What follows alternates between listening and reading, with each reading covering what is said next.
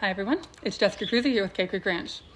I'm actually going to venture off my normal topics today and get into the weeds of the economy and a little bit of politics. So for those of you who don't know, there was a recent executive order signed by President Trump. It is promoting the national defense by ensuring an adequate supply of elemental phosphorus and glyphosate-based herbicides. Now, I'm going to get into more of the details of what this means, but before I share the Cave Creek Ranch response to this, I want to first tell you what this post is not. This is not meant to be a political debate.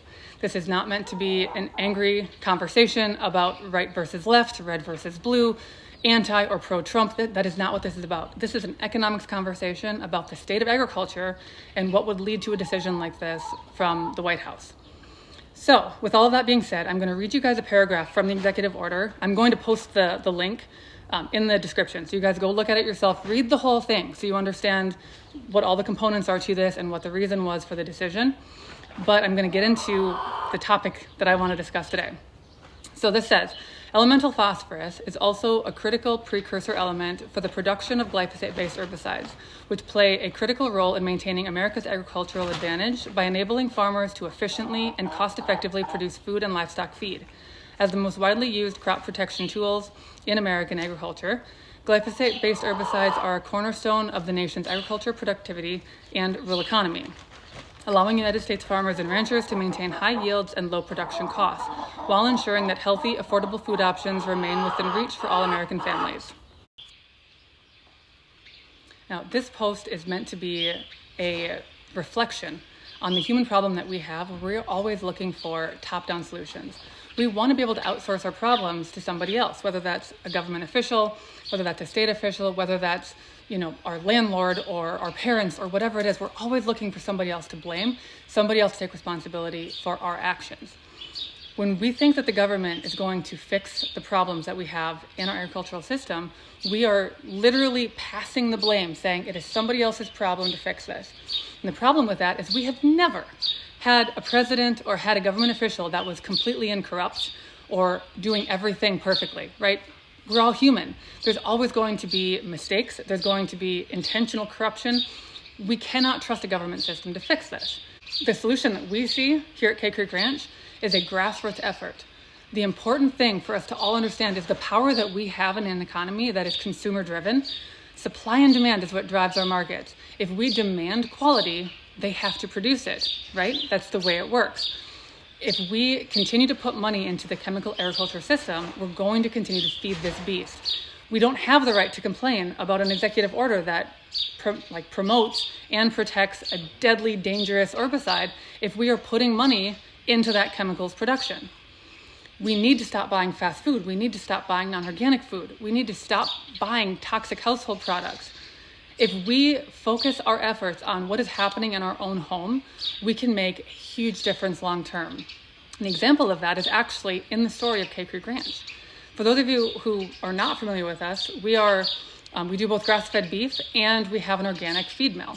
We never set out to be in the direct-to-consumer markets. We were just in agriculture. We were conventional farmers. We decided at one point that we wanted healthy food on our own plates. And in learning about what that means, learning about organic production, we decided, okay, we're sticking to this. We are 100% organic in what we feed ourselves. And that bled into, now we have to start producing that, because we can't buy one thing and say that we have this value and then put our money over here into chemical agriculture. So we started the process of transitioning our farm into an organic and regenerative farm. It took a while. It took a lot of learning. There's a lot of ups and downs, right? It's not an easy process. But in this process, we started having people in the community come to us looking for answers. They could see what we were doing. They could see our values bleeding out from our household, from our plates, out into our farm. It was bleeding into the community. And we got the demand built because people started to get curious about it. We now have a successful business where we are producing quality food for both humans and for livestock because people want what we are selling here. People want to start breaking away from this chemical production. We wouldn't be in this position if we hadn't first changed what was happening in our own house. We wouldn't be in a position to be able to help our community. We're making big impacts right now, and it all happened because our hearts changed first. My question to you is, does this executive order bother you? Does it stir something in you where you are upset that we are in a position in our country where we are dependent upon a deadly, dangerous chemical for our agricultural needs? If that bothers you, you need to ask yourself where you're spending your money. It's not the president's fault that you're buying non-organic food. That's your responsibility in your own home. And you get to make the decision, what kind of values are you going to stick with and what are you going to promote through your own lifestyle, and how can that bleed out into your community? Grassroots efforts are the way to go, you guys. We need to stop waiting for somebody else to fix this. We need to heal the land. We need to heal our human health, our livestock health. We need to regenerate the soils. We can't do that by waiting for chemical companies to gain a conscience. It's not going to happen. So we need to take responsibility. And this entire video, this is simply asking you, do an evaluation into your own value system and how you're living that out. If you want to make a change, start with yourself. And I'm telling you from experience, it absolutely makes a difference. And I ask that we can continue to grow this community and continue to just make a difference in the lives around us. Thank you guys so much for watching.